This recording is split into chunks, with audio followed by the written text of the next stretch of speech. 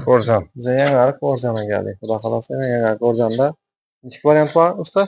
Bu 1 metre 60 variantının seyli variantı. Bir şopam üzerinde aboyana. Abone sopam üzerinde. Şopam Tine üzerinde krasiyor olma. divanla gibi. Tene fon vurmadı. Doğru kafe atıldı bana şeyler durmadı. Tamam. Adnan tonlu maroşin sivette oldu yine şopam aboy. Babam kuyma variantı. Kuyma variant ekan. 2 metre işlendi.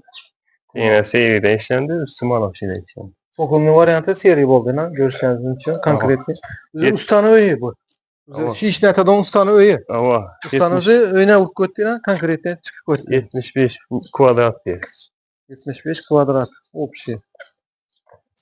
Ustanı öyle. Sokullarını görseniz sokulların. Bundan şu renkleri her şey buladı.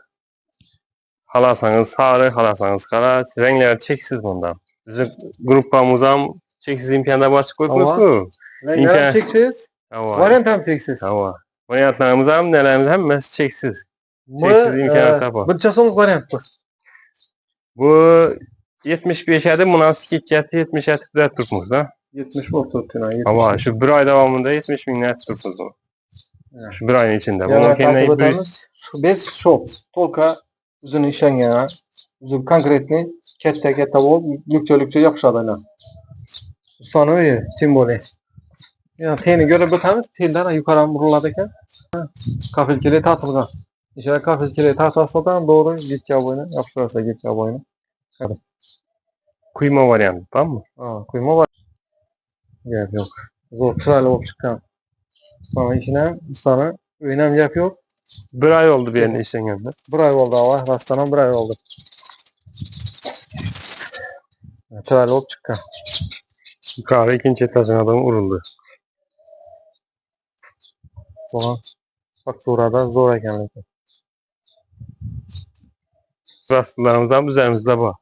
Ularım bize kıyaslar. Ali basılar hemen aşağı Ama bunların problemi yok. İşkırıp böyün işinin soğukta durma hakkında verediler, işinin teyaratıp sırayla kılıp veremiz. Hashtag nömrelere yer taytamız müracaat ederse hashtag nömrelere benim olan telegramlarına girip koysanızlar çeksiz imkaniyette.